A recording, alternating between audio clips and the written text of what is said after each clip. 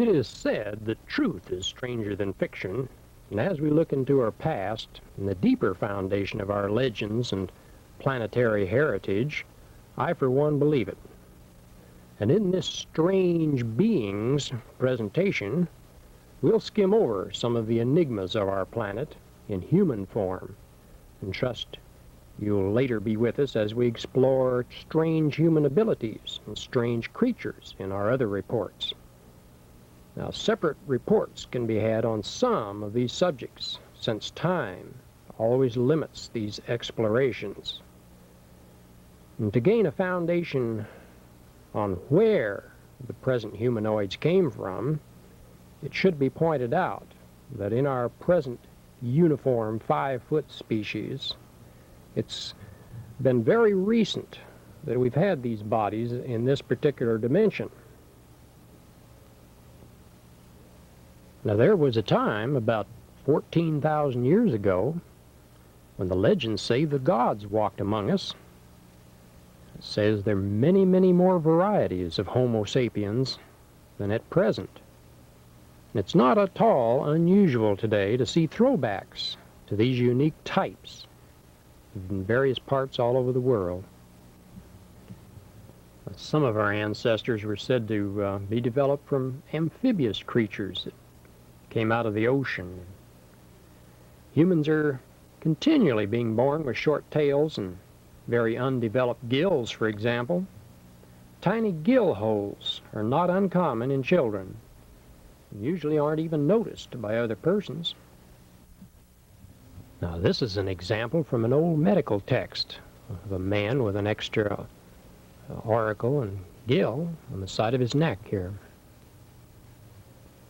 Here's an example of a woman in the same text. Now, once in a while, a child will drink milk, and some of it will escape through these tiny slits along the rear jawline on the neck. Persons with unique body structures often wind up in circuses if they have larger deformities. Other infirmities like persons with joints that allow them to become the rubber men, tying themselves into knots, and people with scales and unique skin and excess hair and such. We'll cover these things later.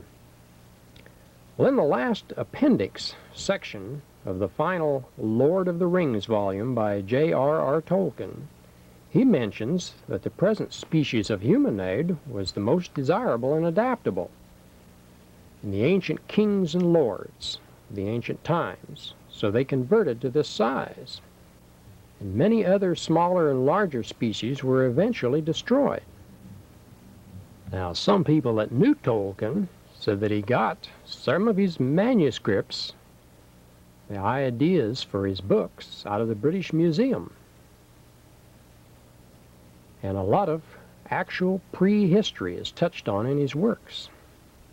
And occasionally, persons with outstanding psychometry and psychic reading ability will shed more light on these very early periods that are none of the history books. Now, one species we do hear about are pygmies. Virtually all areas of the world have records of traditions of pygmies. And invariably, the larger species of man simply can't coexist with them, and they systematically exterminate them. Now, tradition tells us they once had civilizations equal to the rest of humanity, but had to start living simple life in remote areas just to stay alive. Now, here we see they're being persecuted by hunters. Once had tree houses to stay out of the reach of animals and other tribes. Now, in both African and Latin American jungles, many of the recent pygmies have built tree houses to keep clear of the predators and other humans. This is an early picture showing the tree houses. It did little good, of course, when guns came on the scene. Now, there were dozens of fascinating pygmy tribes described in the old historical works. Some tribes were great hunters. Some were said to even be able to kill elephants by running under them and running their spears up under them into the heart. Now, some of the African dwarf villages looked like this before the great persecutions forced these tribes back into the remote caves and remote jungle areas. Du Chaillu was an explorer and writer who lived with several pygmy tribes and said they were all extremely intelligent and shy. Only one tribe did he ever run across that was dangerous and killed outsiders. And this group had a yellow complexion, he mentioned. Now here's an explorer of the 30s, with an African pygmy tribe about 4 feet high. But pygmies aren't confined to Africa even today. Pygmies have been living next to civilization without making official contact for years all over the globe. And a typical example is the rough forest regions just west of Sydney, Australia. For years now, farmers and travelers have been chancing on a primitive pygmy who lived in the same area here with them. And both the larger Aborigines and the pygmies of Australia are a Negroid race, which were said by Akashic record readers to have come from the New Guinea area thousands of years ago, over a little land strait there. We might mention that Greek historians wrote of pygmy races dwelling in the heart of Africa a couple of thousand years before they were discovered by present explorers. Yet these same historians are sometimes scoffed at when mentioning Atlantis and other phenomena back then. Actually, close to a dozen pygmy tribes were discovered in Africa alone just in recent past, and many are now evidently extinct or more deeply entrenched in the jungles. Now, early works in Latin America mention pygmy tribes, Central and South America, of course. Now, here's a painting by Velázquez, the great Spanish artist, and he was fond of painting dwarfs. And remember, during the time of Rome, it was the rage for the ruling class to have a witty dwarf to show off. Even during the Middle Ages, most courts had at least one dwarf. And because dwarfs were given the right to speak freely, this was often a great aid in learning the truth about local events to everybody concerned. Now, Peter the Great in Russia, for example, had dozens of dwarfs in his court. And this is another painting by Velázquez of a dwarf. There are two general types of dwarfs. While one type of dwarf is born small and develops slowly, there's a second type that seems to be stunted by some malady or imbalance. Now, Roman emperors starved hundreds of children by depriving them of nourishing food just to get a few dwarfs for their courts, because they were so scarce at the time. And here we see another one of Velázquez's paintings. Now, this is Dona Isabella and her monkey. Some of the early paintings used this title because that was what they were known as. The dwarfs were known as monkeys at one time, to some degree. And some dwarfs were less than a foot high, and some a yard high, and others were fat, and others were thin. And most dwarfs had a normal intellect, but there were an unusually large ratio of idiots during the 16th century. And many of the painters, of course, used dogs by their dwarfs when they painted them to show the size relative here. Now, Lucia Zarat was only 20 inches high. And here she is at age 15. She was known as the Mexican midget. She weighed 5 pounds. This is Lavinia Warren and General Tom Thumb, both of them being very famous circuses. Now, it was the famous P.T. Barnum that made Tom Thumb famous. Now, he was 25 inches tall. He was married for 20 years, became very wealthy, owned a sailing sloop, pedigreed horses, and a carriage. Well, circuses continue to find dwarfs and midgets and display them in the circuses. And this is a young lady of the 30s. Oddly enough, many freaks and dwarfs and midgets didn't lack for persons interested in marrying them at all. Now, unlike the pygmies of the jungle, the little people in society, civilized countries, usually had a fairly good life after the time of P.T. Barnum. The circuses usually took care of them, and they made reasonably well good livings. This is a photo behind the scenes of one of the circuses. Now, while most pygmies shun society and the ways of society, there is one secluded tribe of actual dwarfs that are living in Yucatan below us that actually get Mexican machetes and use cloth, but almost no one ever sees them. Now, from accounts of the last few years, these little people are 3 to 4 feet tall and wear a strange ankle-length dress. And they use these Mexican machetes, and no one knows where they got them. Journalist Bill March did an article on them in an August 1984 Fate magazine. He mentioned that they're petroglyphs in the temples thousands of years ago had the little Mayan natives. And evidently this tribe, or these small people, are thousands of years old, because the legends say that they've always been in this area. And almost nothing is known about them, even yet. Well, thousands of years ago, we had tiny little men that were scarcely a half a dozen inches long. And how we know is that their actual artifacts have been found in bones. 65 miles southwest of Casper, Wyoming, there was a tiny 6.5-inch tall mummy. It was discovered in a gulch by a couple of prospectors. Well, anthropologists x-rayed this tiny form and determined that he was an actual tiny human form, about 65 years old when he died. And Ivan Goodman of Casper still has the mummy of this tiny little man at last report. And this isn't a very good photograph, but it'll give you some idea of his size. Now, there seem to be many classes of humanoids that just defy description and classification.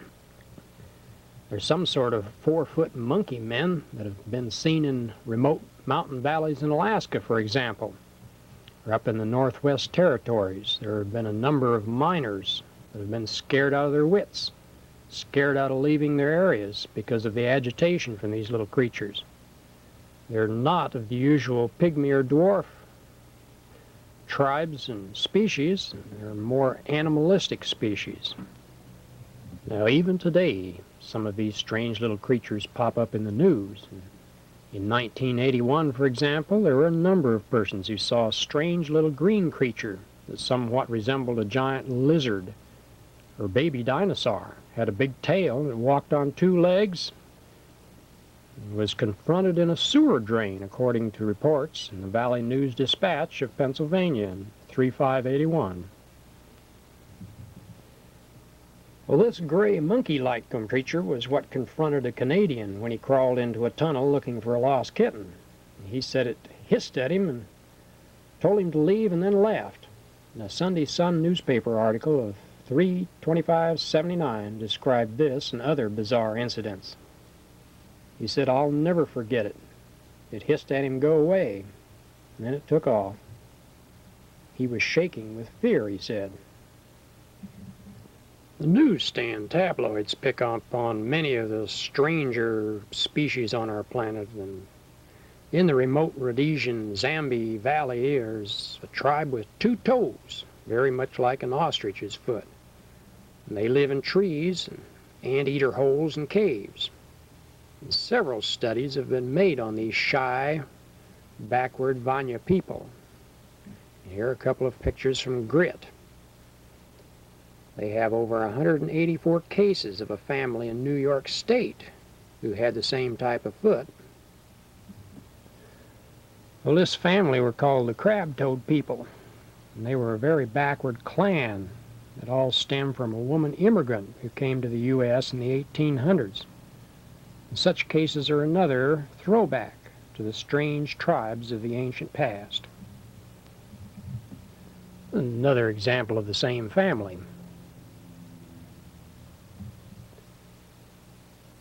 Many of the strange creatures of the past were said to be made up by the gods.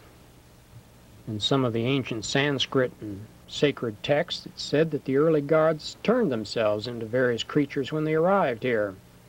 And as pure energy forms with mind over matter ability, they could experiment with finding which forms they preferred best in nature. Well, eventually, of course, they found the Homo sapien form to be most adaptable. It was able to survive under almost any condition, more so than any other species. Well, while their powers last, the gods were supposed to be delighted with making themselves into half men and half beast forms, becoming giants and specters, and scaring the primitive man cultures of his time. And while many of these forms weren't of physical substance, they were awesome and frightening to our forefathers. Later, some of the ancient documents tell of the gods' powers being taken away because of their abuse, and no longer could they go on in their pyramids and rejuvenate themselves and their forms. Later priests kept some of the legends alive, though, in a distorted form. You can read of such regeneration in many historical works on Egypt. And it's said that when the gods first came to our planet, most of them landed up in Atlantis, because this is where most of the culture was. The rest of the world, they built pyramids and had the ability to rejuvenate themselves for a couple of thousand years. Came as a great surprise and shock to many when they found out that they no longer had their powers, and so they tried to preserve their vast knowledges in writing and in stone all over the planet for when their souls returned to other human bodies.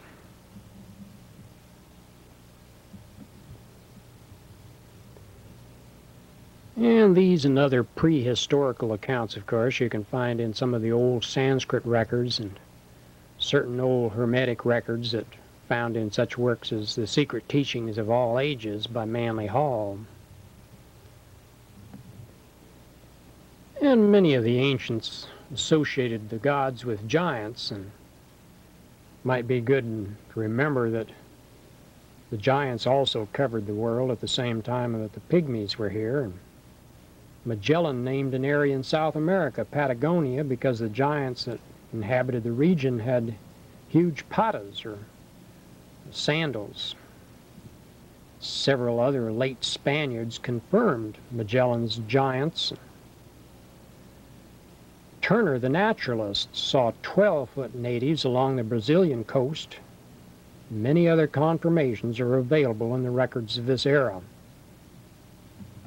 And when our forefathers arrived in these Americas, of course, they found mounds all over, and the Indians of the East Coast told them the mound builders were originally giants, and took their forefathers hundreds of bloody years in battles to exterminate them. And many of their forefathers wound up as slaves working for these giants building these mounds. There's strange mounds and tombs and things all over the world, and in Europe particularly, many skeletons have been found in the various tombs that were from 15 to 25 feet long. Many of the details are found in Gould's Medical Curiosities. And even larger skeletal parts have been found, but few men of science will lend their names to any such evidence as that. A Cumberland English example had 6-inch teeth and carried a battle axe head that was a yard long, as an example. Well, many people call themselves Christians and scoff at such ideas that aren't in the science books, but they don't remember that in the 6th chapter of Genesis it was recorded there were once giants on the earth. Most got destroyed during the flood. And once in a while we have throwbacks to such tribal lines, and such specimens once toured with carnivals. Most lived rather short, uncomfortable lives because of the added wear and tear from the extra gravity. Well, most of us are aware of the stories of Goliath, a 9.5-foot tall giant who wore a 200-pound armor suit and had a 25-pound spear. But in the same Bible is mentioned of another giant, the King Og of Bashan. He slept in a 9-cubit-long bed, which would have made him 12 foot in length. Now, other giants in the Bibles are mentioned in Numbers 13:22 and 13:33. We find Moses sent spies to Canaan, who found the Anakim race of giants living in a city called Hebron. Now, there have been dozens of skeletons from 9 to 17-foot humans that have been unearthed all over our planet. Few persons realize that there are hundreds of spear points over a foot long that are common all over the world and continually found. Virtually all the Indian tribes across the Americas have legends of their forefathers battling with the giants who once inhabited this continent, and they were called Sitakak, and in the west eventually were driven into the Mount Shasta area and died out there. Now, Greek, Hindu, Chinese, and Incan literature tell the same story.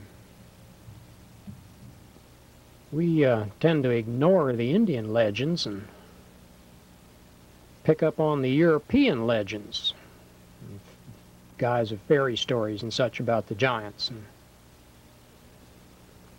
these have less truth in them than the Indian legends as a rule.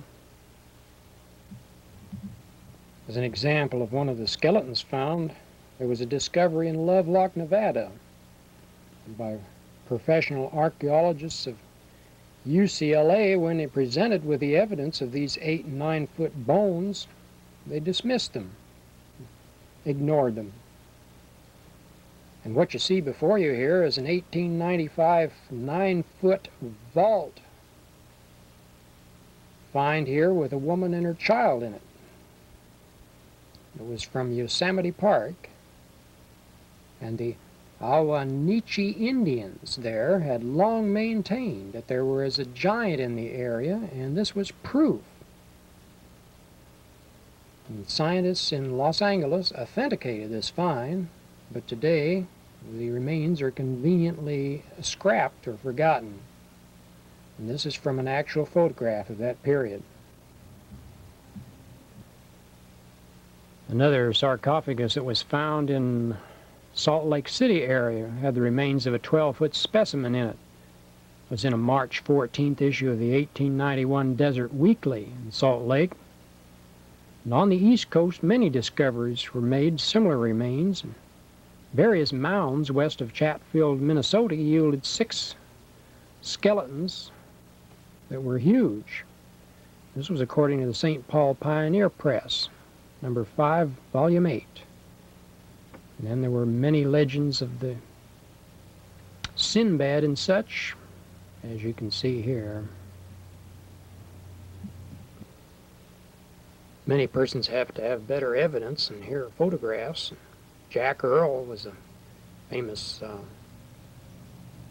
circus performer and giant, also a poet. The skeleton is the Irish giant, and the Anomalies and Curiosities of Medicine by George Gold. It was put out in 1896. The Chinese giant Chang Yu-sin. Robert Wadlow was billed as the tallest man that ever lived by circuses a few years ago. The daughter of Chief Winnemucca for whom the Winnemucca, Nevada city is named after, exclaimed that the giants were exterminated in that area by her people early in the 19th century. She said a small band of barbarians used to waylay my people and kill and eat them. They'd dig holes in our trails at night, and our people would fall in these holes. She said her people tried to make peace with these red-headed barbarians and giants, but they continued their barbarous practice of cannibalism, and the Indians killed them all. It's a 1984 picture of Chris Greener. He's one of the tallest men in the world at this time. He's from England. Ivan Marks of Northern California was the first person in this area of the world to photograph the Bigfoot. And here are a couple of his photos. According to Marks, the North American Sasquatch has a head shaped somewhat like a gorilla's, with some features of prehistoric man added. The eyes are small and pupils are reddish to prevent snow blindness. And his faces are hairy, and the whole body is heavily padded.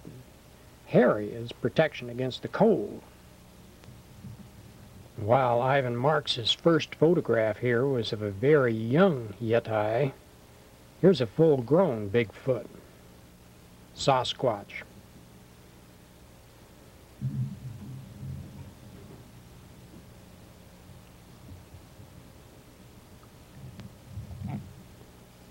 These Sasquatch have been seen by hundreds of persons over the wild North American areas, and they range from 6 to 9 feet and weigh from 400 to 1,000 pounds.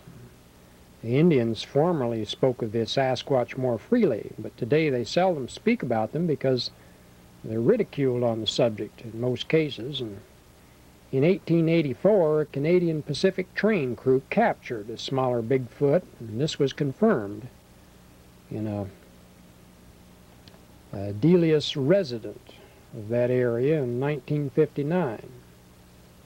In 1924, a logger was kidnapped by a Bigfoot who tried to interest his daughter in the Ostman. The logger.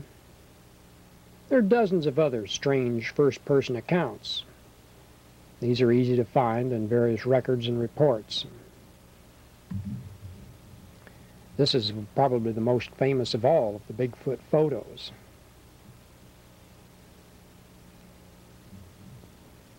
There are dozens of Bigfoot tracks like this that are found in the Northern California areas, and these are 6 and 17 inches long, about 6 to 7 inches wide, huge. Every now and then there's a citizen that runs across something like this. And in this case, there was a little glowing dome that was parked not far away, and this hairy ape man was walking with a flashlight of some sort. The man didn't find out by staying around exactly what was going on. This was in 1975 at Telem Bend. The newspapers in Northern California occasionally run stories on Bigfoot. It's an article from the San Francisco Chronicle, 1965. Richard T. Lee was an East Coast resident a few years ago that went around taking plaster casts of unusual footprints, and these are some examples, only one of which is a Bigfoot. And from this evidence, it's obvious that there's many strange creatures running around in this country yet.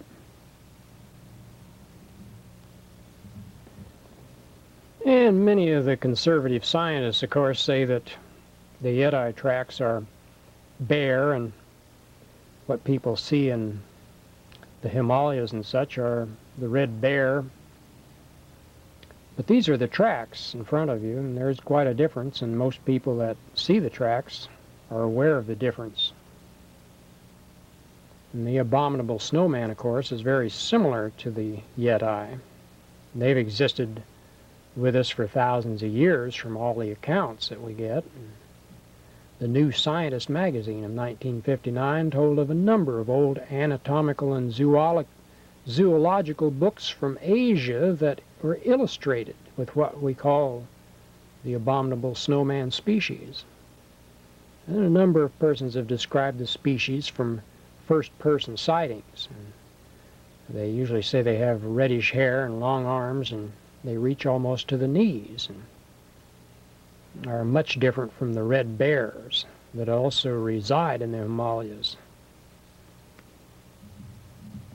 Pursuit had a detailed article on the abominable snowman in 1976 and gave many references and documentaries. And persons today wonder why we haven't seen more first-hand evidence, but in the past there have been numerous person-to-person contacts, captures, and even bodies of these giant wild men.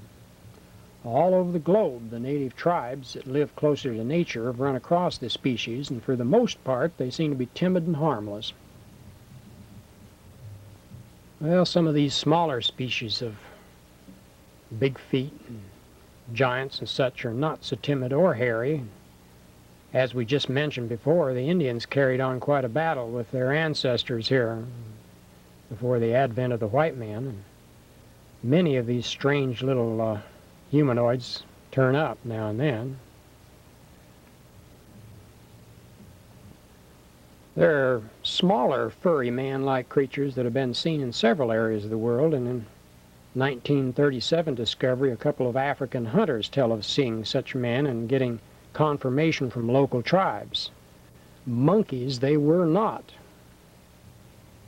Very similar to human beings, except very hairy. A humanoid monster named Spring-Heeled Jack kept London in terror for 60 years in the 1800s, and he was described as a hideous-looking man with red eyes and claws like an animal, with the ability to spit blue flames and leap a dozen feet in the air. Dozens of persons swore to this strange description and remarked that after mauling or frightening them, he would just leap and vanish away. Well, since we're into the exotic here, we should turn to the area of vampires and werewolves. Since the Balkan area of Europe has always been full of vampires, it distressed the British clergy when returning crusaders began to give eyewitness accounts of vampires. And William of Newborough wrote in his history books of these dead rising from their tombs and being vitalized by some supernatural powers. The accounts of Count Dracula came from stories concerning a Romania ruler named Vlad Dracul, translated son of the devil. He was constantly repelling Saxon and Turk invaders. Vlad eventually became quite ruthless and unfeeling and brutal. And until the 70s, thousands of tourists poured into Romania to see the castle of the counts. Well, Countess Elizabeth Bathory was another cruel figure who had bloodthirsty habits, and when alarmed soldiers of Hungary stormed her castle, they found 13 girls chained in cells and dozens of bodies buried around the castle. She'd killed hundreds to drink and bathe in their blood. In the 1900s, there was a German named Hermann who sold cut-rate meat until it was discovered he was selling the flesh of boys that he'd killed and sucked the blood out of. University professors later examined his brain, but they found no deformity to cause such inhumanity. Well, in 1980, there was a particularly vile outbreak of vampirism. 26 young women in the Indonesian isle of Sumatra died in their blood being sucked right out of them, and 21 other women escaped death, and they told of a man with long, sharp fangs who attacked them. The police tracked the evidence down to a man named Peter Vlakuda. He claimed to be the distant descendant of Vlad Dracula. And they found that the man had served 3 years in prison for earlier starting up a cult that drank animal blood and eventually got caught drinking the blood of a young girl. Well, Sumatran police told a news reporter that Lakuta would be slaughtered on the spot like a savage beast if he was ever caught. And so far, they haven't caught him.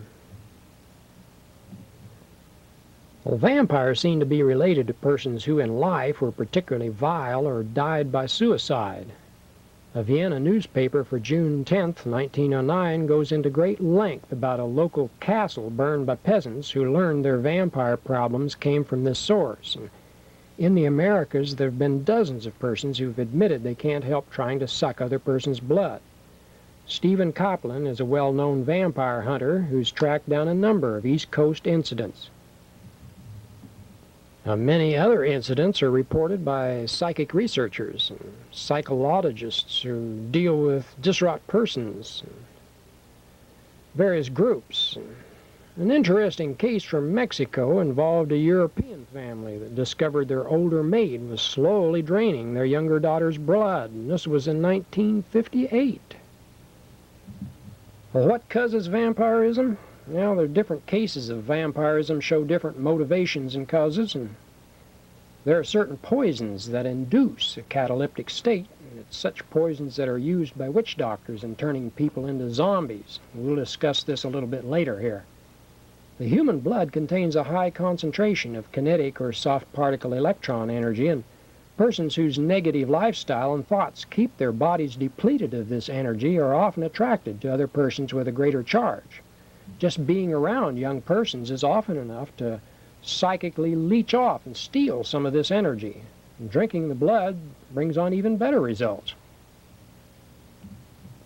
Now, science is aware of a disease that's called hematodipsia that causes persons to have an overpowering urge to suck blood. And persons with this disease would best gain some iron through some other source than blood, because John Haidt, the London hotel keeper, had this disease and killed 9 persons in the 40s to satiate his desires and drives. It's interesting that sensitivity to light comes from a lack of iron in the blood, and garlic is known to break down red blood cells and remove the iron in them, giving some scientific credence to these legends and why vampires are allergic to light. Well, such drives may sometimes come from a genetic lineage, and some 15,000 years ago there were tribes on the planet that lived on blood.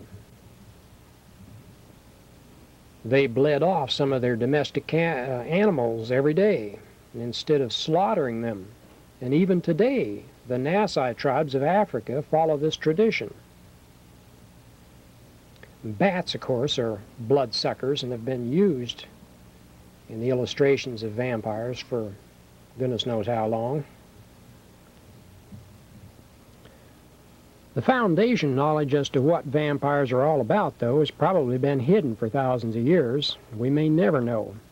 Magical schools and magicians such as Crowley, who is well known, have occasionally given pieces of pictures, and yet none have had the total picture. Thousands of years ago, there were certain immortals who lost their ability to regenerate their bodies through their former mental means. And they supposedly experimented with substitute methods. And one method which gave a great deal of magnetic regenerative energy to them was the use of warm flesh human blood and sexual fluids and hormones. And some of this knowledge is carried over in secret orders, and occasionally persons go overboard in this direction and they lose all their self-control and restraint. Well, some of the avatars have told us that cells are like persons. They need rejuvenation, and being joined in an opposite energy flux aids this rejuvenation. So rejuvenation techniques using placentas and glandular extracts from sex organs work for the same reason. And some of this background is covered in other presentations that we give, like Earth Story. Well, we all recognize that animals hibernate on occasion when the food supplies or weather problems come on. A number of humans have had the ability to go into this suspended animation state. A 1903 English mechanic told of a Margaret Bayonneval who remained in a trance for 20 years. It started with a fear of the police visiting her. And another article in 1922, Scientific Monthly, told of many cases of persons being assumed dead, and sometimes even buried, and later coming out of this cataleptic state, and astonishing the viewers, of course. Well, from the accounts of morticians and hospital attendants of our times, there's probably hundreds of such cases every year where people go into suspended animation and later wake up. And how many people have found themselves in such a condition and had their brains go addled on them is hard for anybody to guess about. Many of them probably roamed around.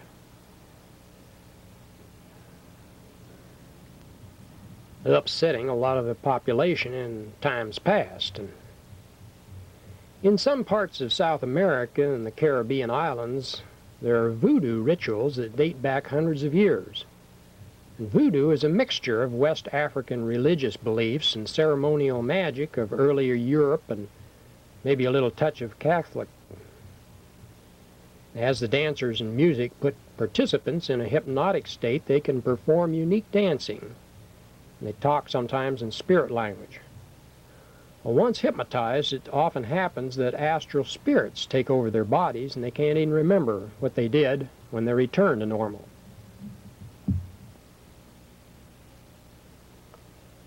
Well, one practitioner of voodoo not too many years back was making zombies. The sorcerers would usually use a drug that stopped all the vital signs and put the victim in suspended animation. And once taken for dead, they were buried. And later, they were dug up again and given an antidote and kept drugged. Well, during the labor shortage years in the mid-1900s, the practice got out of hand, and the authorities rounded up dozens of these greedy sorcerers, and they hanged them. They had hundreds of zombies working in the sugar fields at that time. One of the safeguards used by these sorcerers was to cut out the tongues of these poor unfortunate resurrected slaves so they couldn't reveal who they were. Then they'd keep them under mild sedation so they'd remain slaves, often working for nothing on these sugar plantations. Well, several researchers have found that tetrodotoxin from the pufferfish is the Bokor formula. Today there are thousands of Houngans, or voodoo priests, holding the ignorant in awe or terror to gain their following all over the islands. It's reasonable to assume that the body can easily manufacture its own hormones and or drugs to serve the same purpose when the need arises. And we'll go into this somewhat later here. Well, all cultures have generally recognized witches or shamans as persons of special abilities. Now, the negative witches that we're accustomed to seeing represented have used symbols and spells and samples of a victim to dominate other people, to destroy them and get their way. Well, positive witches and most shamans have used this supernormal ability to aid their fellow humans and upgrade humanity, though. During the Dark Ages, persons with such ability were often branded as witches and given an agonizing death, though, regardless of what they did. Today, hundreds of thousands still follow devil worship and cult leaders who continue in the negative goals that we spoke of, and human sacrifices are still occasionally found. Well, the extra-normal abilities that are used in any of these cases come from concentration. The rituals are not necessary to those who can mentally concentrate sharply and steadily enough, because actions which intentionally violate the choice of other people It is usual to see persons who use their powers for such negative persons get a dose of their own medicine when they do so. And in the early 70s, the karmic action was speeded up, and it's now possible to see unethical persons get repaid for their unethical actions in a matter of weeks or months. And the proof is in the simple observation around you and of people and what they get back. Well, if you think about the long drawn-out rituals that most cults and shamans and other people involved with this work have to perform, you'll see that it's a degree of concentration. It forces them to concentrate, put their mind in certain channels for any length of time there. Well, ghosts have been appearing for as long as there have been records, and the difference between ghosts and spirits, not always recognized, however, and a ghost is actually composed of energy particles put into a particular place and shape by a previous human who was in a violent emotional state at the time. Well, true ghosts then stay in the same general area and reappear when the conditions duplicate the time of the emotional upheaval. What people call ghosts are poltergeists in various spirit forms and other identities. The famed Red Man was not really a ghost when he appeared to Napoleon and Henry IV and Louis VII and other notables of old just before their downfall. Couldn't have been a ghost because it got around too much, even though the term was used here. Well, ghosts and most spirits can be eradicated by water, which is given a countercharge of the mental energy. The holy water of many churches is an example of this water, and you have to find holy water that is properly charged, and not all churches have priests that can properly charge the water. Now, true ghosts will not pay any attention to people in the area. They'll just wander around on the area that they've always wandered around in. Now, the other phenomena, which are included in spirits and the like, are caused by human beings sometimes that are projecting powerful energy mentally. And the wraiths and the like are manufactured on purpose, usually, by this intense concentration. It can be sent at any distance. Many mothers, for example, will know when their children are in trouble, and at some time in their life will send a mental portion of their body, a false body, to comfort their child and look after their child and protect or save their child in an emergency. It often happens that people aren't consciously aware of doing these things. They just pop up in an emergency and are done by some of the inner, higher level components, the subconscious. Now, shamans and priests who create distant replicas of themselves or animal forms are likewise simply sending thought projections or telepoids. And how the body does this is outlined elsewhere in things like the modern human comprehension courses. And various nature spirits are not in this category. Nature spirits such as these sylphs are of an outside realm, outside of our dimension. These other dimensional vibrational areas contain many other life forms, and many of these are under the category of fairies. Many types of fairies. And absolutely none of these outside dimensional creatures or fairies, nature spirits and the like, will ever interfere with the choice of man, unless it's to temporarily help him to overcome an obstacle or an accident. Most of the interference that is of a negative nature are from negative identities, and often humans that are interfering, because usually only humans and negative entities will interfere with choice. These fairies, gnomes, and sylphs and other dimensional life forms involved with nature were invariably recognized by ancient races. Most like humans was the green men of the woods, and yet most all of the fairies and lake maidens resembled the female human species. The elves, who reside in remote areas of beauty, are human-like and love to dance and play. The elves and the many other nature spirits are the Inua that the Eskimos maintain whole dominion over all of nature. Most of the American Indian tribes shared the same respect for such life forms. All of the tribes of the world recognized them. Most of the people that were close to nature knew that the help given by the nature spirits helped the vegetation be fruitful and the lower life forms to keep healthy. Children were often the only ones that saw them, the humans, because they had an open mind, I suppose, and kept the negative thoughts away.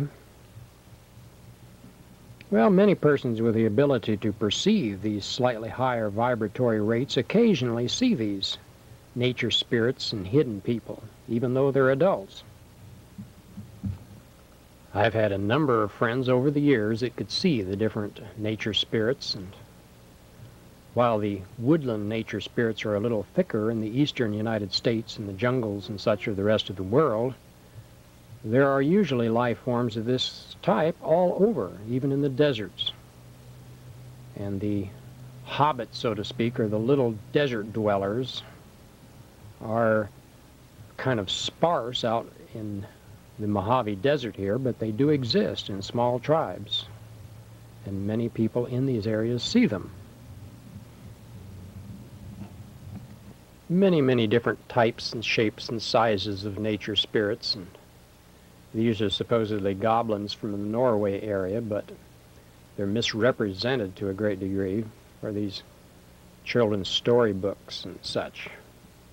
But they are representations by various artists. You'll find pieces of truth are often hidden away in the fiction and fairy tales of the world. And this scene, of course, is from the Midsummer Night's Dream. Oberon the King and Titania, the Queen of the Fairies. One of the rarest of all the species of fairies are the tree spirits. They're usually quite large, and they are involved with helping trees. They're usually around groves of trees. There are only one in maybe 100 psychics that will ever see one in their whole life. There were a handful of the old master painters that could actually see the fairy kingdom, and they rendered good likenesses of these nature spirits and such.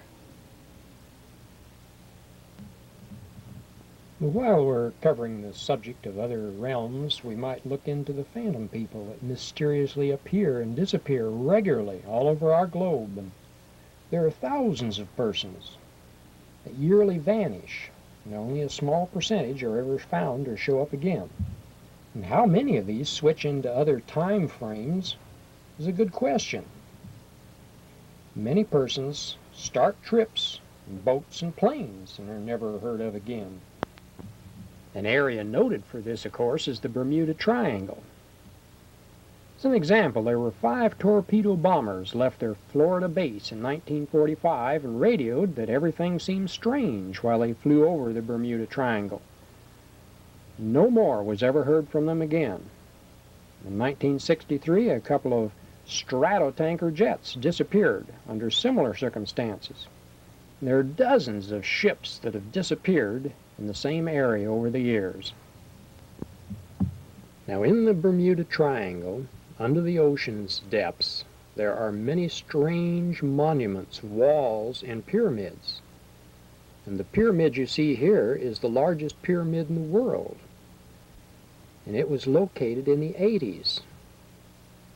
And it was very advanced, and it was about 50 miles south of Florida.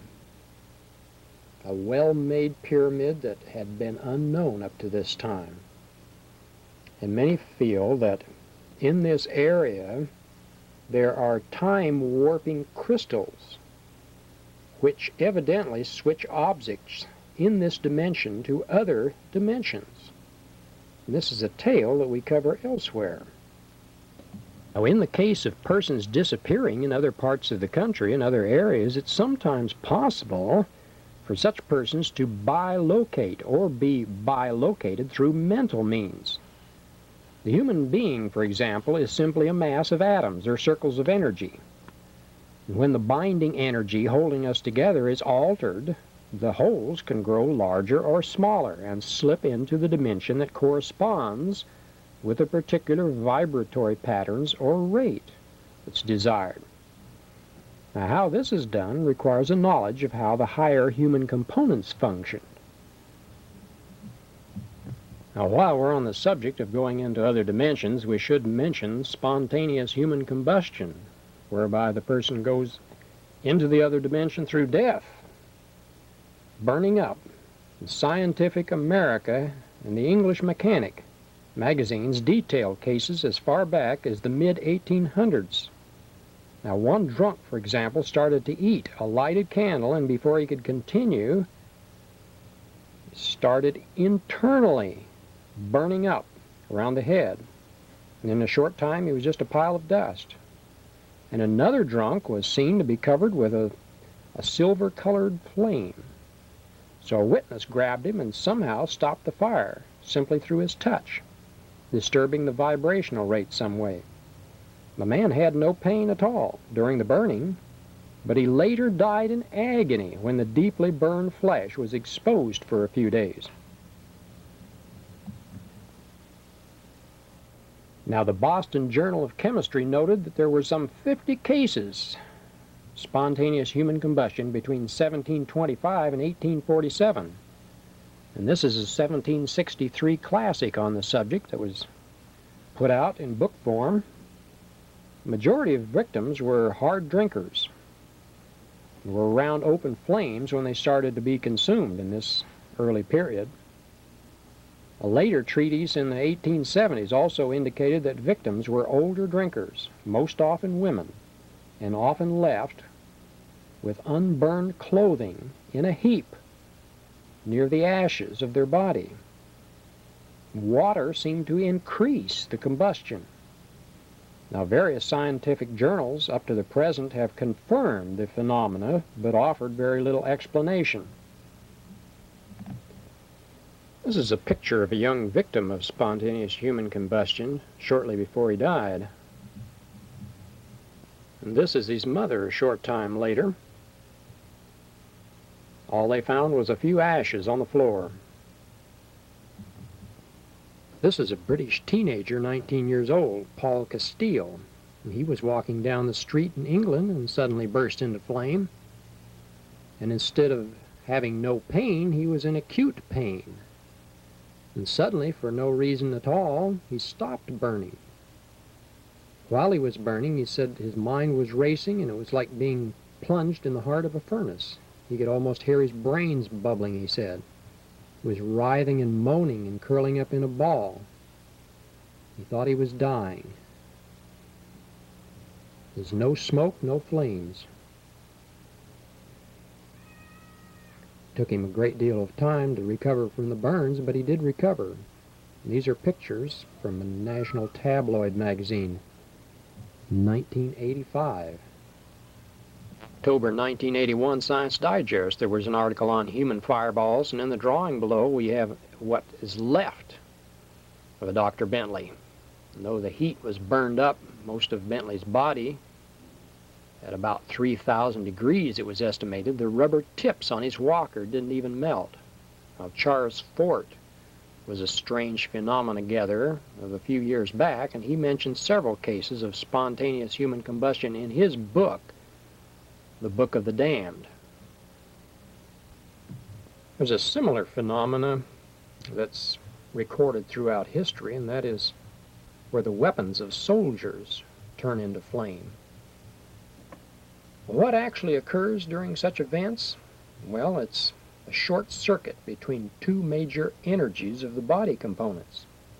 One mind component, for example, does not run on the usual kinetic electricity of the brain. But this now is a subject covered at length in the modern human texts. Now, alcohol in these cases tends to hinder the normal clean switching between the three minds, and it aggravates the proper emotional functioning so that sometimes there can be a short circuit.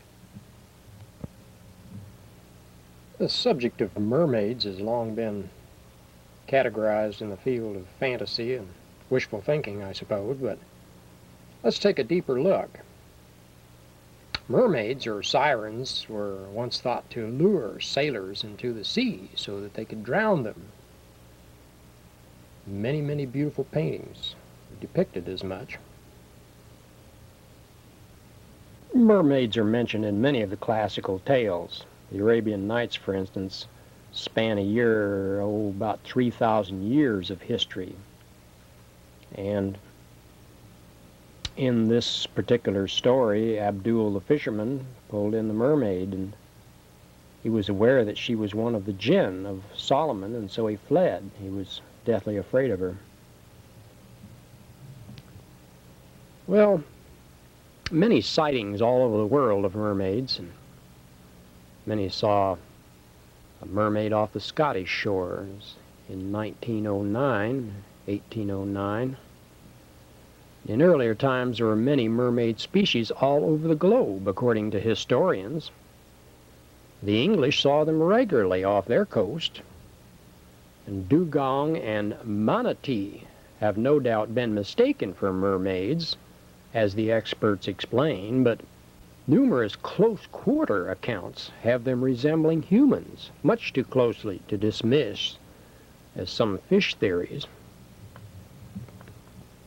There were many fakes to be true because of the demand.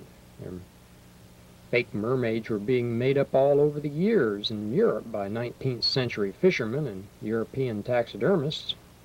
And these often found their way in traveling fairs and circuses of the time.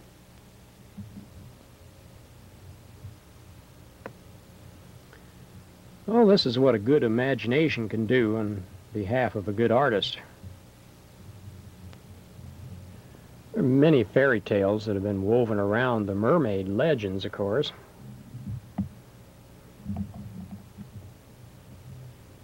The classical painters have long stirred the imagination in this direction.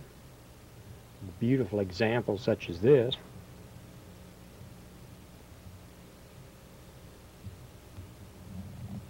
Well, while the scientific persons thought up ways to disperse or nullify the numerous sightings of mermaids, there is much evidence to substantiate the reports. 1820 journal told of a mermaid which spent hours looking over an American ship. She was before the whole crew, and the upper portion was exactly like a human, and the lower portion was just like a fish. Well, in 1982, an edition of Critozoology, the magazine, shocked readers with an article by Ray Wagner, who actually saw a mermaid. He claimed to have talked to many intelligent persons all over New Guinea who swore that there were still mermaids in the area, and they were called Ree by the natives. And the New Guinea people assumed that the rest of the world also accepted the Ree, because even their cans of tuna sometimes carried their picture, they said. Your food, many of your things, your matchbooks, carry pictures of mermaids. What do you mean you don't know about them? Well, according to the reports, there were several mermaids have been captured there at various times. But normally the Ree try to stay clear of all the natives because some tribes still eat them. And Ree meat is still sold in some of the southern island areas. And every time the Ree get friendly with the natives, who are incidentally darker and sometimes even uglier than the Ree, they have problems. And while the Ree do not talk as humans, they whisper and whistle among each other.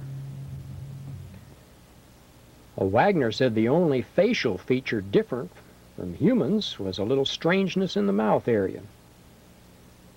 And to persons in the area, the idea of Ree being an ugly dugong sea cow was a big joke.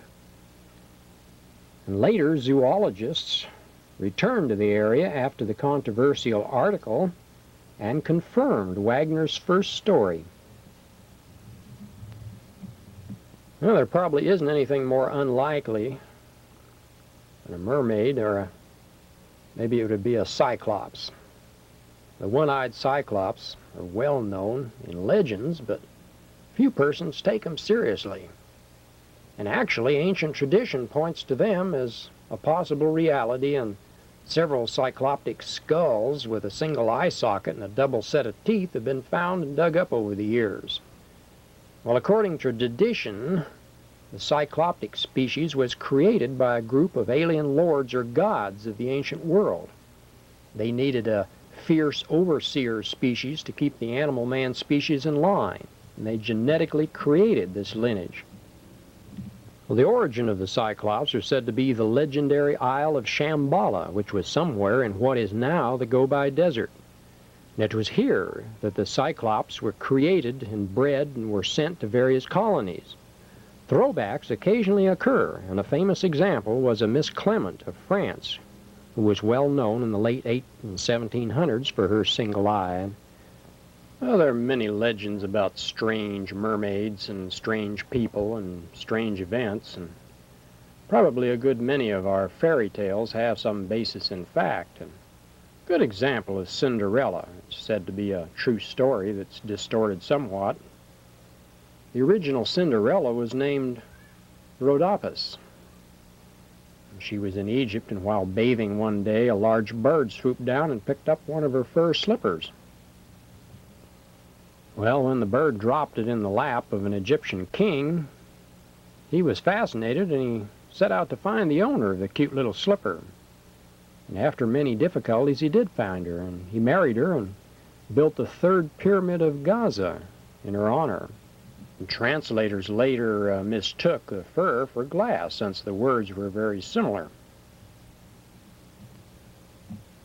And while we're on romantic stories, we should get into soulmates and mention them. And as an example of what a good relationship with a soulmate can do for peace and longevity, there's a case of one couple that lived in an idealistic harmony together for 147 years, and they were Janos and Sarah Rovin.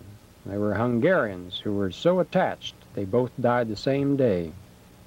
This is detailed in the Ripley collection. While the concepts of a soulmate usually involve one other mate somewhere on the earth, the odds are actually much, much better than that.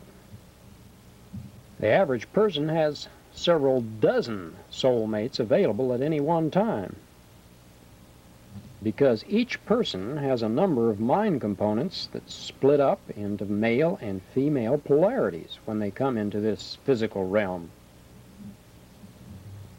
Each component then has several opposites in the opposite sex somewhere on this planet. How these soulmates are formed and found is a much longer story, but suffice to say the Creator didn't shortchange us in any way if we'll but awaken to our potential.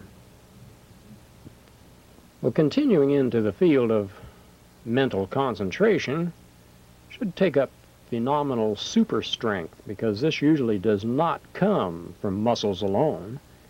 There's a special energy, sometimes called chi or prana, that can be used by some persons to overcome gravity and change gravity, change strength. And persons who have a great deal of brain energy or electrical wattage can often perform miracles of strength. This is brought on by practice sometimes, and sometimes by accident. An Italian named Colli weighed 160 pounds as an example of the latter, and he was born with 2 hearts and had a great deal of chi energy. Had a great deal of circulation, which upped his potential wattage. He could rip telephone books in two and toss 100-pound objects around like they were toys. And many of the Oriental martial arts practitioners can do amazing things by the chi energy that they use, not by the body's strength or size. The famous Sandow here was well built, but he could do amazing things with his body. Had control over his muscles to a high degree, great deal of chi energy. Paul Anderson of Georgia is a recent muscular strong man of the 20s who could lift 400 pounds. He lifted over 6,000 pounds with his back, and later he became the Olympic champion. Earlier strong men included Louis Cyr, who could lift 4,000 pounds upright in the late 80s. Now, iron-jawed men like this have many times the normal jaw strength of 50 or 60 pounds. Shown here, he'd probably have 500 or 600 or 700 pounds of jaw strength. A Frenchman once exerted 534 pounds of force. Milo of Crotona was an Olympic champion 500 years before Christ. He could carry bulls weighing around a ton across the arena of that time. Well, gaining the awesome chi energy doesn't require so much physical effort and a body to match. It requires mental control, controlling the minds. The three minds have to be balanced. And one of the ways that some persons could store up chi energy was to get in a group. And many healers could not heal unless they had a group or a following to build up this chi energy that they could draw on and use.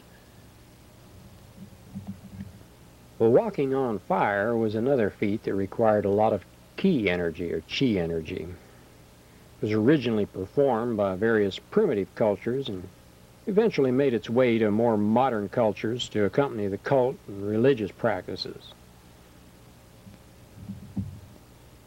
The cult of St. John the Baptist in Buenos Aires has many followers.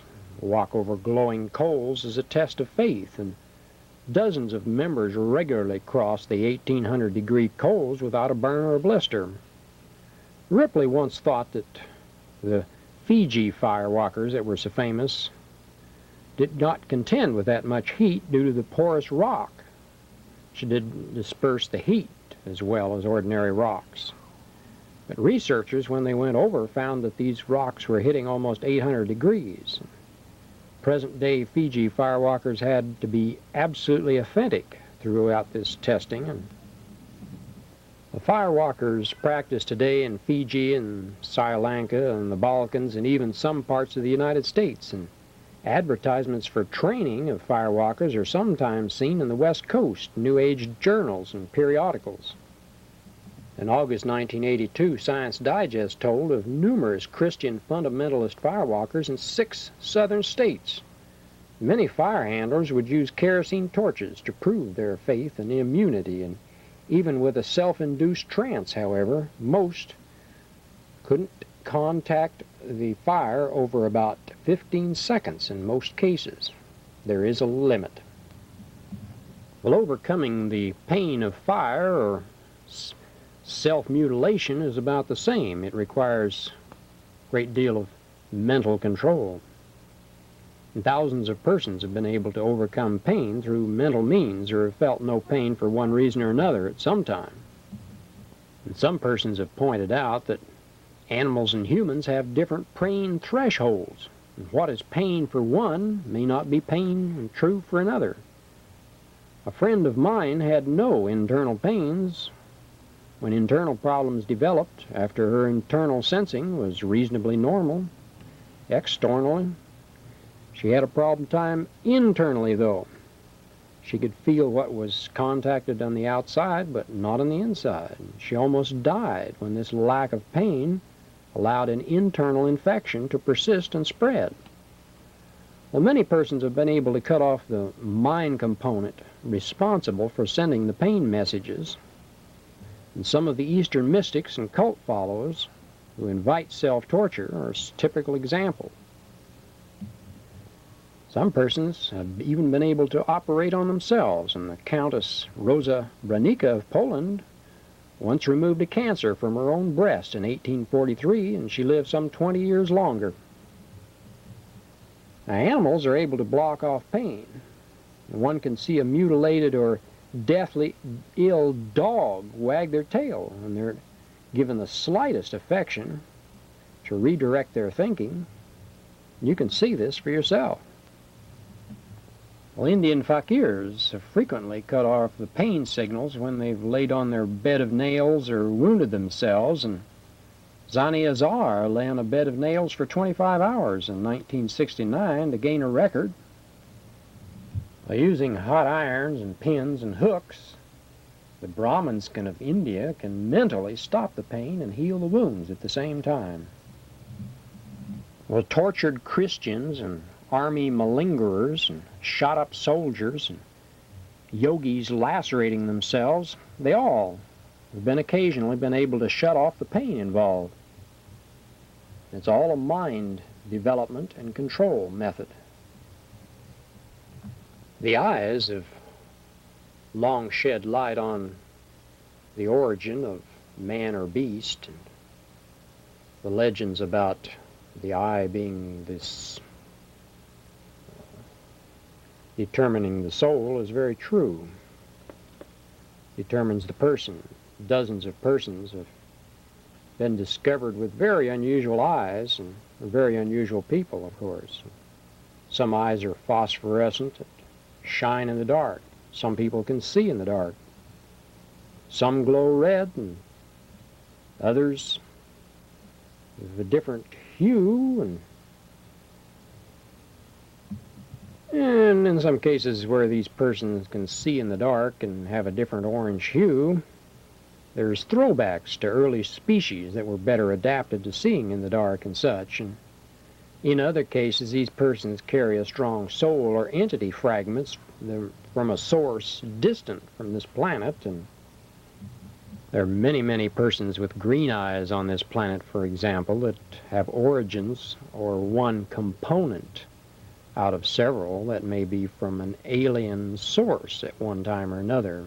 And they come here and frequently carry over their green eyes, and this is a longer tale. But some life forms, for example, see in the silicon range, which is beyond the range of normal human eyes. And our eyes are adjusted at birth to seeing objects with carbon atoms in them, or a carbon base. And so everything on this planet is of a carbon base, and we cannot see silicon ranges ordinarily, even though we have planets in this system that can be measured by the scientists that are in the silicon range. Many worlds, many dimensions. Some persons have eyes that are adjusted to a little wider frequency range, and they can see many of the specters and spirits that normally persons can't see. And some persons see energy forms constantly raining down on the earth, and others have eyes and awareness that allows them to see all the vampire spirits and other life forms that so they can defend themselves. And some persons can see at night, and some see in the day, and they're night blind. There was quite a well-known case of Caspar Hauser, who was abducted in infancy and kept in a dark cell for 18 years, and when he finally got out and got loose, he could see the stars during the daytime. His eyes were extremely sensitive from then on. It's a little-known fact that young persons, children before 8, can have bodies that adapt very well. And after this age, it's much more difficult. And the young man put in the cell with night vision, good eyes in the dark, was at a very young age. And in extreme cases, the children can change their bodies completely before 8. And from skinny little orphans, they can turn into giants and strong men and physically fit. And When the human soul first comes into the Homo sapien body, it adjusts to its surroundings for optimum survival when the person's very, very young and just born. And when it finds itself in a body that's subject to the influence of other species or animals, it adjusts the body to this new environment. And only the hereditary genes carry over the human abilities. Now, examples include the children raised by wolves. The American Journal of Psychology in 1927 told of a boy and girl who were found living with wolves and who never could be converted to civilized customs again.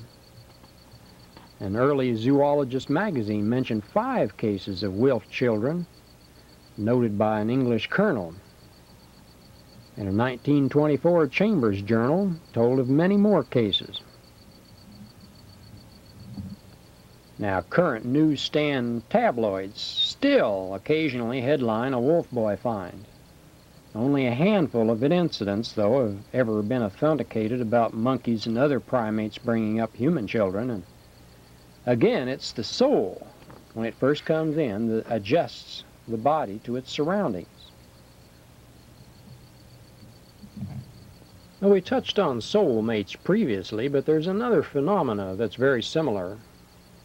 The people we recognize unconsciously in our lives are usually frequent, but our ever-present rationality promptly erases further thoughts about this closeness, and we go on believing that our acquaintances and loved ones are close just because of present chance and circumstance.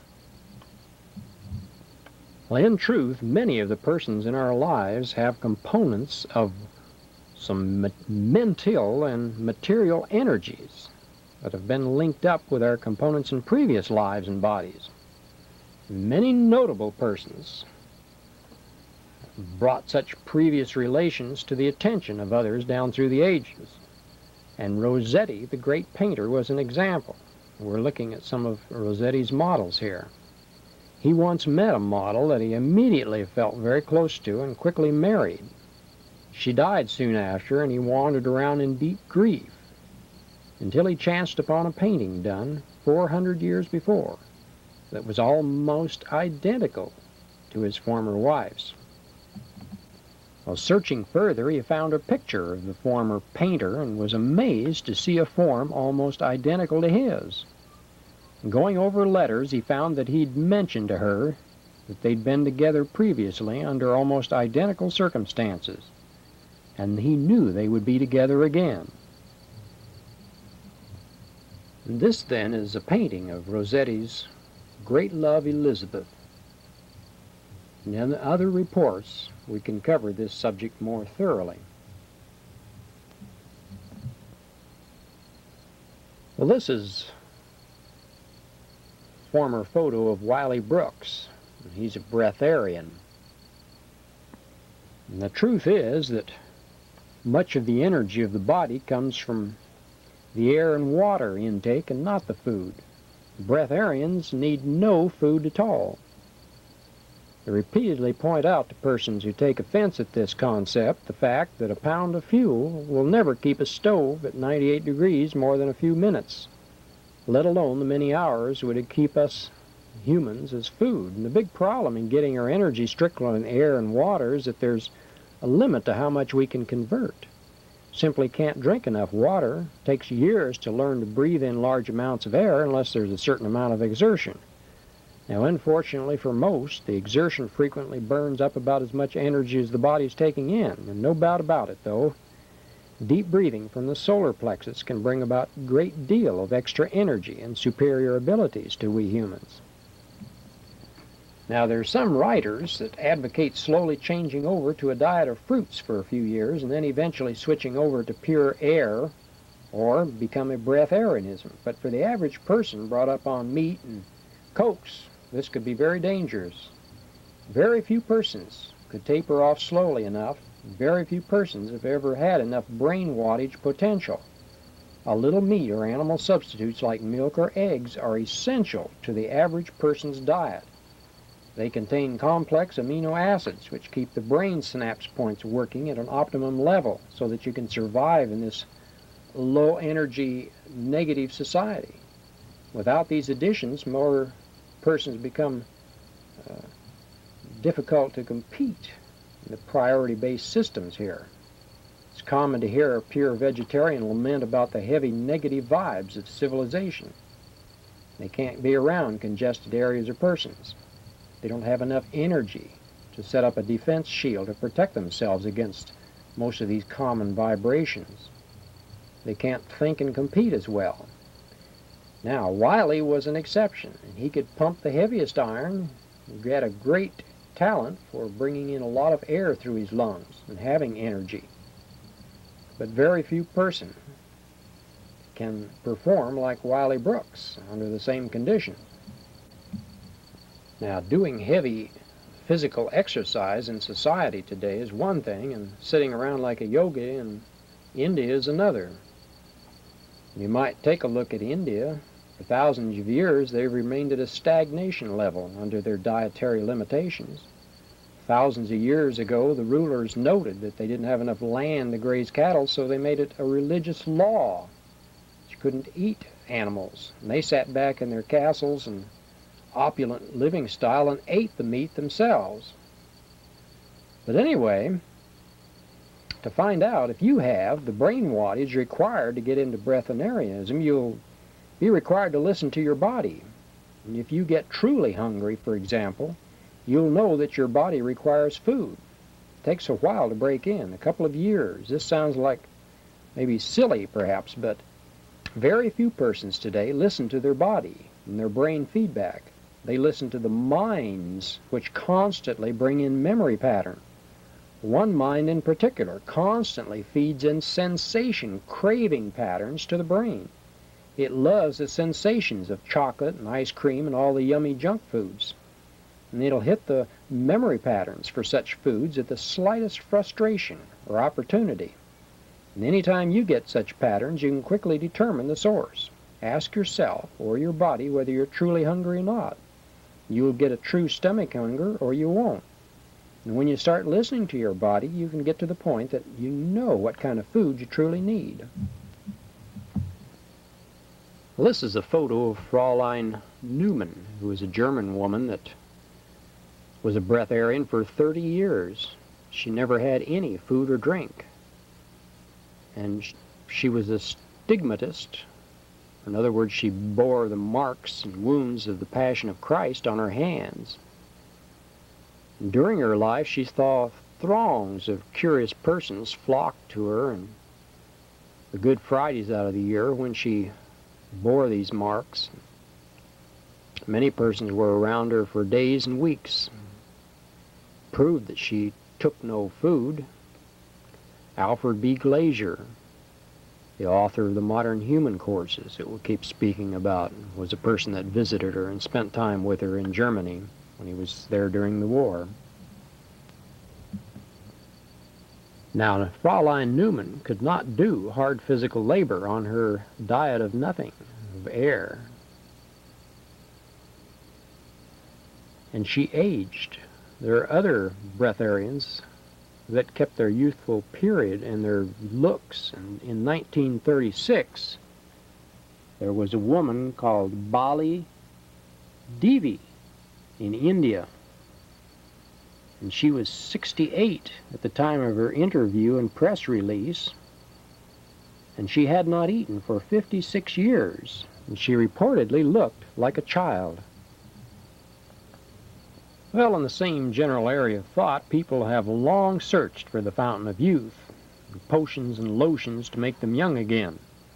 And the nearest thing to such elixirs have come through alchemical formulations, according to reports.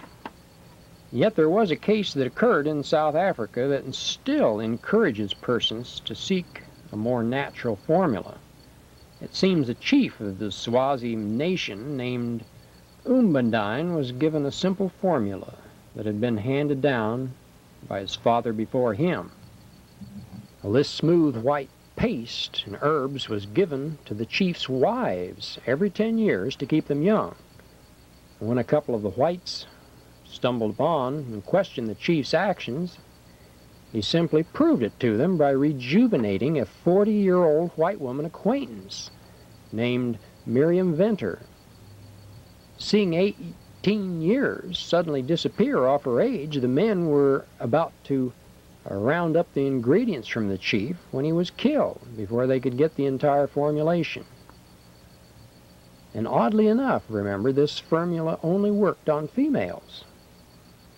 Now, certain natives in South America's interior are said to have rejuvenation formulas, but so many of them have been killed off in recent years, the possibilities of ever gaining the secret are very slim. Now, we've been covering some very strange territory here. And of all the legends of strange humanoid creatures on this planet, probably the strangest are those of the carrot people or the plant and tree people. Now listen up. Supposedly, some 9,000 years ago, there were still a few isolated groups of these creatures who greatly resembled humans, but internally took after the plant kingdom. And instead of being born in the womb, they had rudimentary roots going from the lower extremities, and instead of hair, a fine plant-like growth. Believe it or not, J.R.R. Tolkien, the great author, mentions a larger race of these people in his Lord of the Ring books. And in his trilogy called these people the Ent people. And he was said to have gained his data and sources and references for his book, The Lord of the Rings, in the British Museum manuscripts, very, very ancient manuscripts like the Red Book of Clonenrod. And most of the species were very small, though, and it was said that a few existed. And there are still some of the small species in the New Guinea jungle. Now, according to the rumors and legends, the native tribes have long had a dislike for them. They've dug them up and killed the young. And they've seen and run across these little top notches. They're growing out of the ground like carrot tops. Believe it or not, I do not know. All I know is that the legends are there and the stories are there. And where there's a legend and story, there's often a bit of the truth. In the last of Tolkien's Lord of the Ring trilogy, you'll find a section that's called Section A that tells about the Ent history. Well, we've already covered the Bigfoot and the abominable snowman, but few persons have ever heard of another strange caveman species that lives only in the Northlands. And cavemen and primitive races have always existed, living right alongside the advanced civilization. Here's a depiction of a 310-pound specimen that the Russians actually found in remote Tibetan mountains in the early 80s. And they're still studying him. A true caveman living right among us. And in the Yakutat region of North Siberia, the natives have often seen the chuchuna, and some have been killed for thievery. Well, these Stone Age men are also found in southeast Siberia, and they're called Mulen, and given the new settlers there a hard time. Back when the Russian Civil War existed, and the settlers were coming into that area, regular wars going on. And in a book entitled Still Living by Myra Shackley, this archaeologist gathered evidence that Neanderthal-like humanoids are still surviving in the most secluded parts of the North. Well, how many different species of Homo sapien were around 20,000 years ago or so is anybody's guess. And there are skeletal remains from a few inches to almost 20 feet high. And quite a few of these unique specimens are still running around this planet.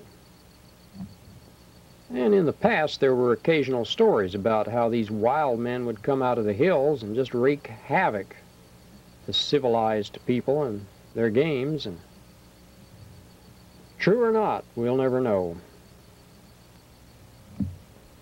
Now, because dealing with bizarre subjects like this sometimes tends to bring in other dimensional spirits, and sometimes even negative spirits, we should cover here a little bit of defense.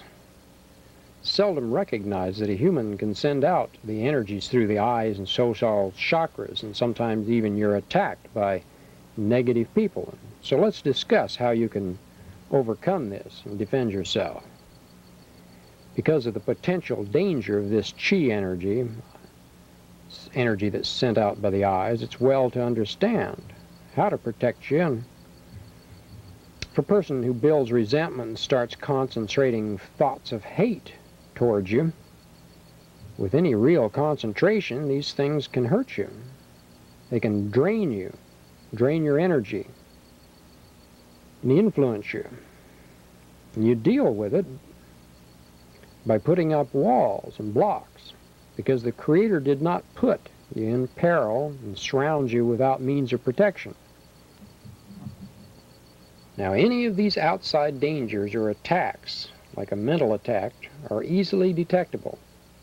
If your body starts feeling drained or ill, it can be a warning to ask if you're under attack. Simply ask yourself, is this problem from an outside source?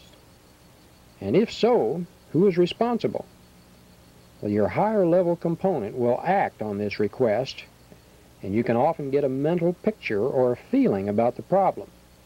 You may feel that a certain substance or situation is responsible, or you may get a recurring view of a person's face, noting that the person is sending these vibrations to you, these energies. And once you recognize the source, you can get away from the pollution or reflect back the negative thoughts of the sender.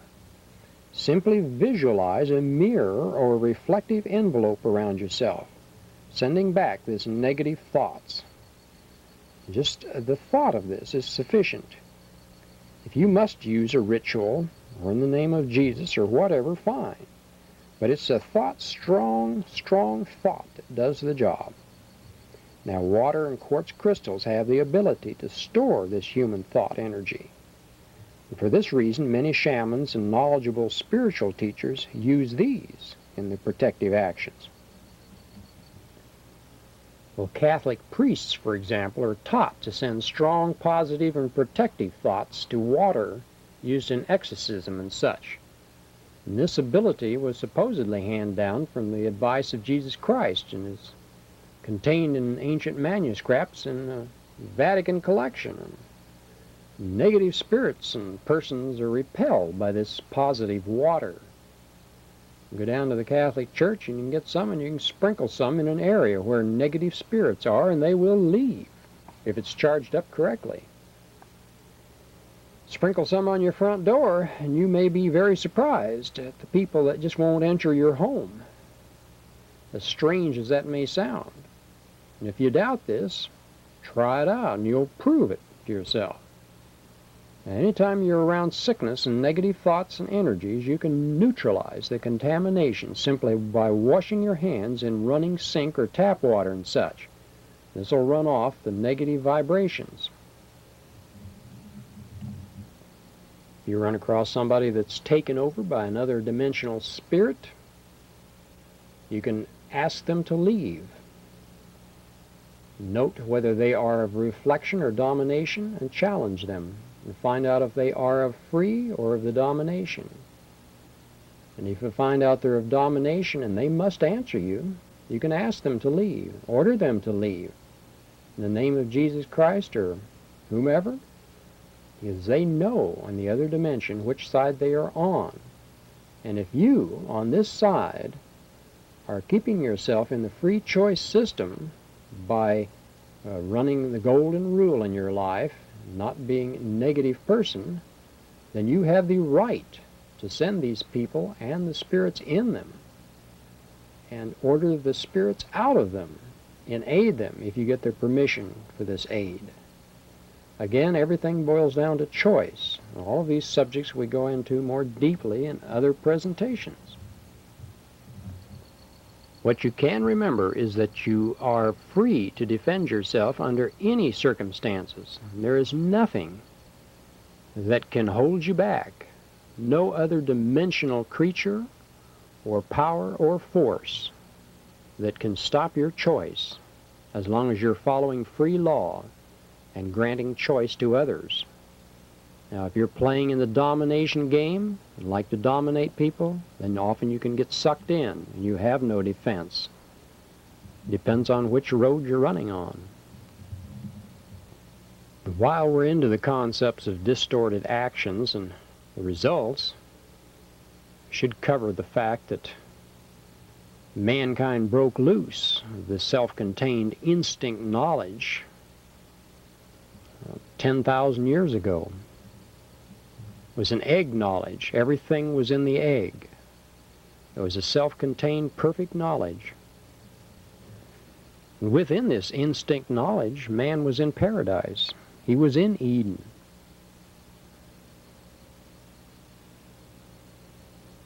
But then there was a problem that arose, and there had to be a few little known safety features implemented by our Creator to keep things from going completely haywire. As an example, when we humans act unnaturally and begin to perform acts that deviate from the species normality in things like sex, and we have problems. And AIDS is a current example of a disease that attacks persons who practice unnatural sex and cannot draw enough vibrations in what we'd call the affection vibrations to fight the virus involved. Now, goodness knows how many hundreds and thousands of people AIDS killed in former times, or other similar diseases, viruses that were set up to protect the natural laws. Another example of these unknown and unrecognized laws is example of Kuru, which is a very fatal disease that attacks persons who are cannibals and eat human brains. And this disease is especially prevalent in New Guinea, in the backcountry there. And it's still well known by many researchers, even today. Well, human sacrifice is a major distortion of the Creator's choice laws, and it never fails to bring a society to destruction once the custom is entrenched in that society. And any detailed history book will prove the point to you. All systems short of the golden rule or choice are prone to self-destruct according to these inner laws. And you can go back into the history books as far as you care to go, and you can always prove the point to yourself if you do a little research.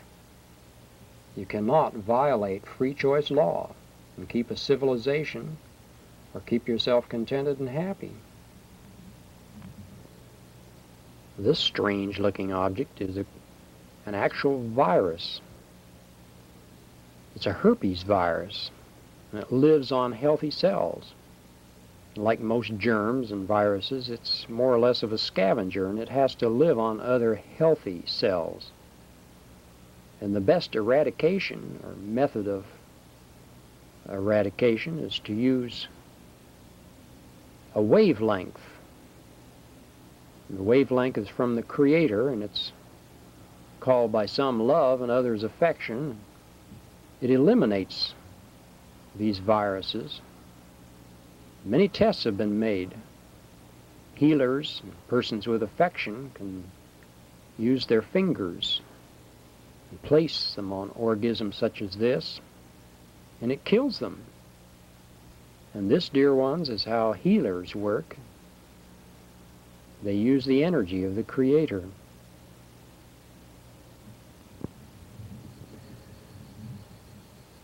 Well, now let's go on and explore further in our weird and wonderful humanity on this planet. We've just barely touched the surface so far.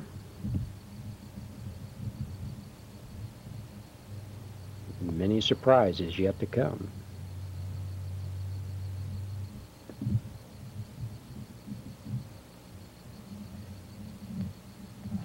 Did you know, for example, that some of our distant tribal relatives had slightly reptilian traits? And some even shed their skins yearly? Well, a throwback to this particular species showed up in 1850 when Mr. Bushirk of Missouri began shedding his skin every year. The Scientific American in the 1900s described his shedding process was very much like the action of a snake's shedding its skin. And did you hear about the porcupine man? In the 1800s, there were several members of the well-publicized Lambert family who had greenish quills, very much like a porcupine. And this phenomena had showed up for 6 generations in this family. It was probably a carryover from some distant tribal line that used such quills for added protection in their particular environment at that time. Well, of the case of the East Tennessee woman, who's twice shed the various bones in her body, is truly unique. The bones split into small pieces and then came to the surface where they were expelled. And these bones are immediately replaced by new bones inside the flesh. And the exit points are quickly healed over with only tiny scars. And this was noted in the Scientific American in 1891.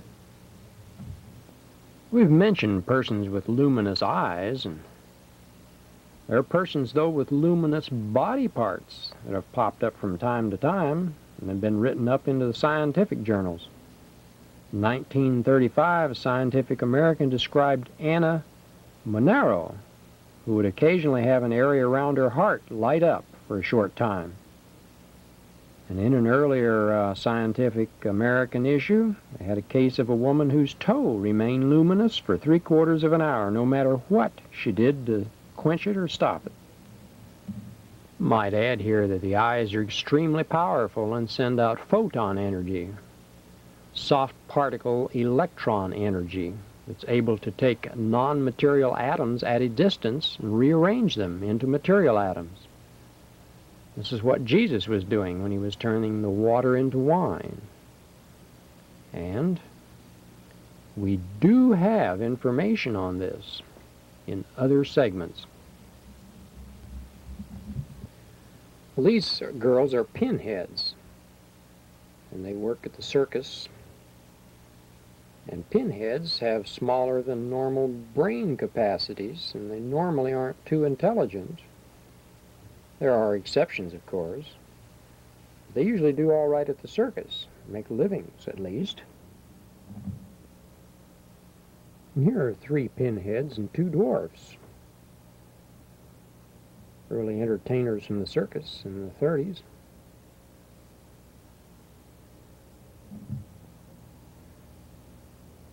Bright, upstanding group, probably happier than most.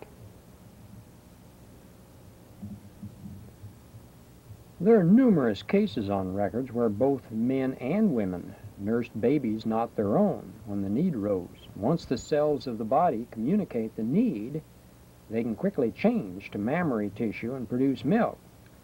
Girls and very old women have all nursed as much as was necessary. One Japanese woman was recorded as giving 12 pints of milk a day. Hormones in the meat of modern countries have been responsible for a much earlier maturity in girls for the past 20, 30 years. Hormones are fed to chickens and cattle to accelerate their growth now. Men and male animals are on record as giving milk. Some early missionaries reported there was a tribe in Brazil who had the men of the tribe furnish all of the children's milk needs. This is another example from a Ghoul's medical text. Contortionists have long been associated with the circus, and been able to do amazing things with their bodies, and dislocate their muscles. Contortionists like Sandow, who we pointed out before, could also use extra normal muscle control to perform amazing acts.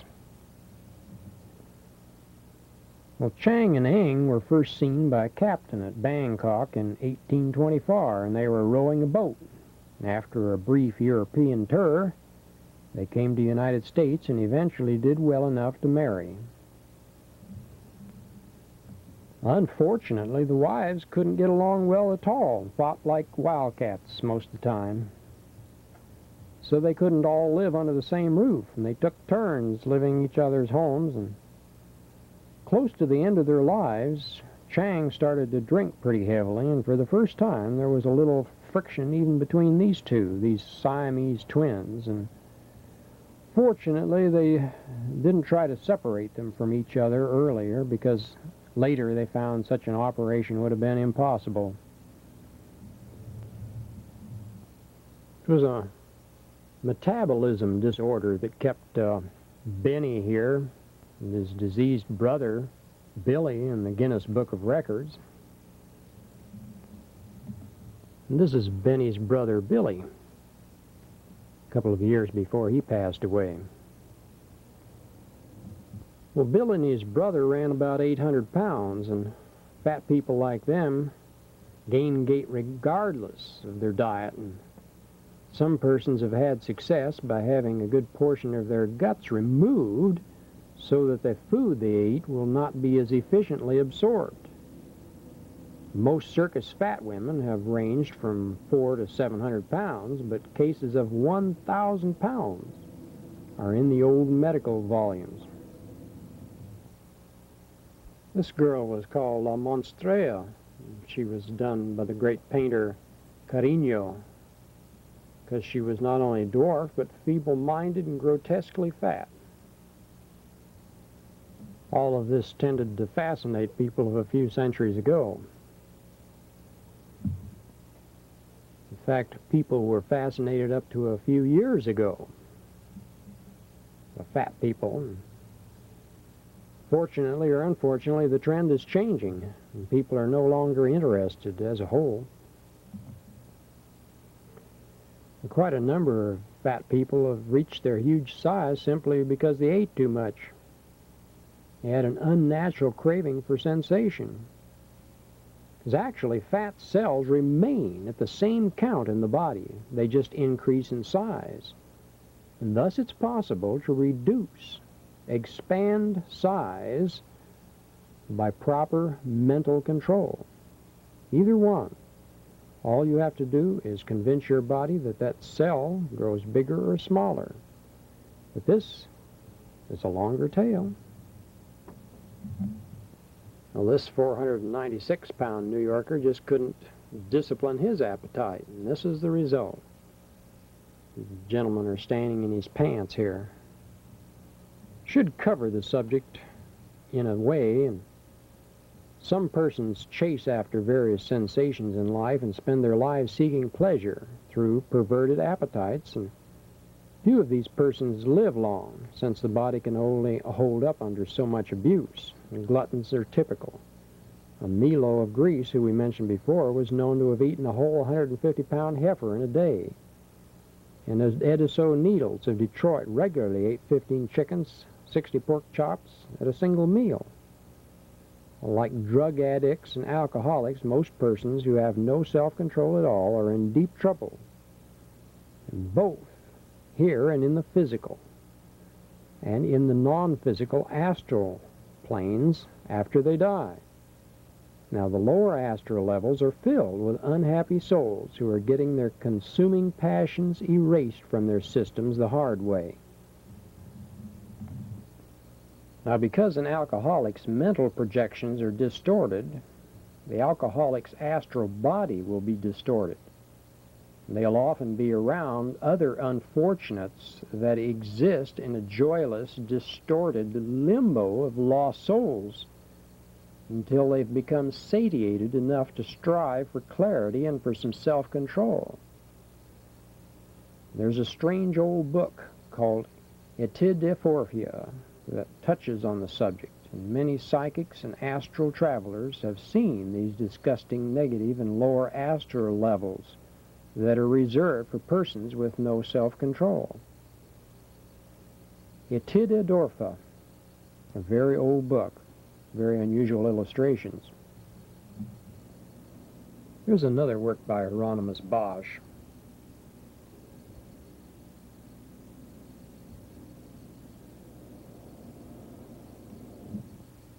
Now, there are several fat men in recent history that have been known to weigh about 7,500 pounds, and these Japanese wrestlers are often almost as huge. These wrestlers are selected from large parents at birth, and when they're young, they're fed huge amounts of food until they are adults. Well, thousands of years ago, the Van Allen radiation belt did not block as much radiation as it does at present. The world's climates and food chains were different than today. And giants cannot efficiently live under today's conditions, so they died out. If you look carefully at this girl, on the lower left, you'll see that she has a tail.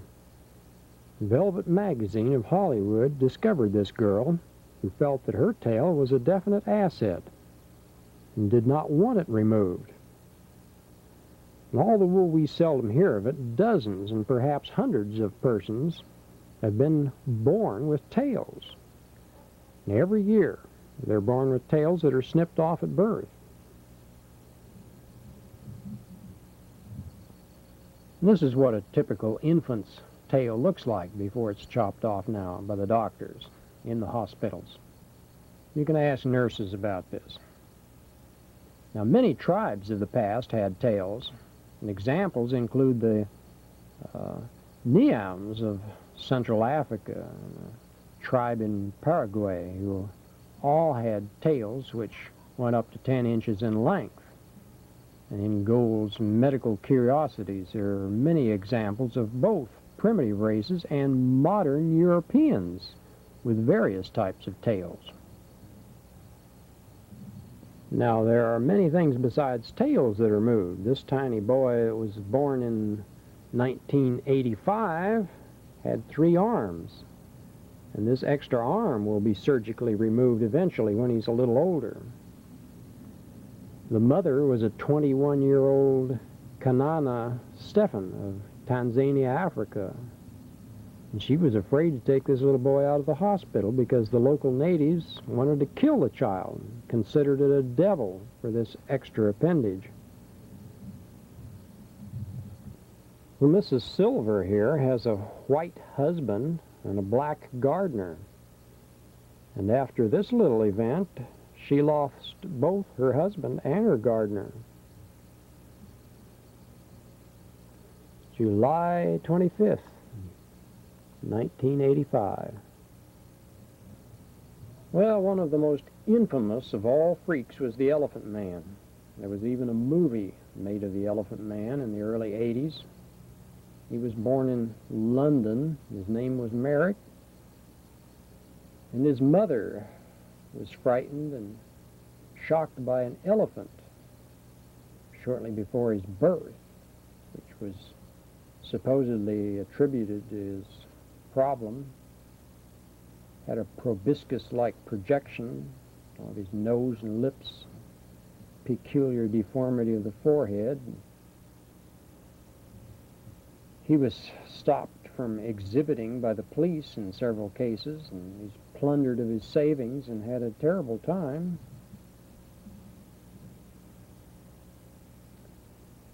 These are from Gould's Curiosities of Medicine descriptions. This is J.W. Coffey, and he was billed as the living skeleton by circuses and was in good health with a healthy appetite and Plemons, on the other hand, had atrophied muscles, was rather sickly. And this is a picture of Plemons. He's working in the circus.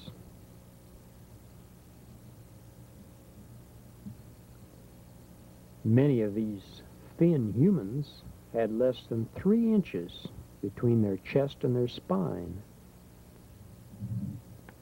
Well, today there are millions starving in the world, living skeletons simply because they haven't fitted into the technological society and been able to be of value to the domination systems that rule this world. Now, these domination systems rule the world with their banking systems and their international manipulations, and they're very good at it.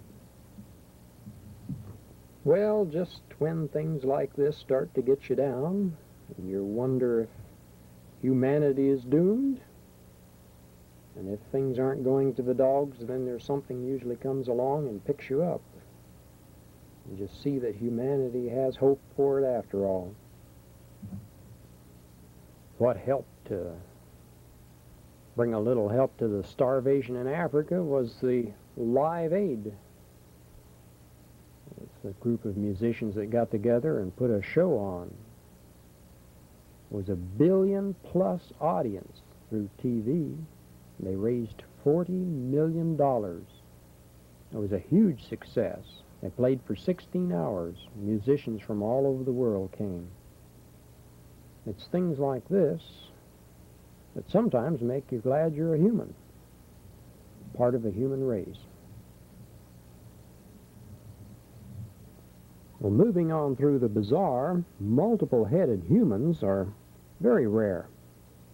A case is on record in 1486 of twins who were joined back to back, as in this illustration. A two-headed human was born in Italy in 1540.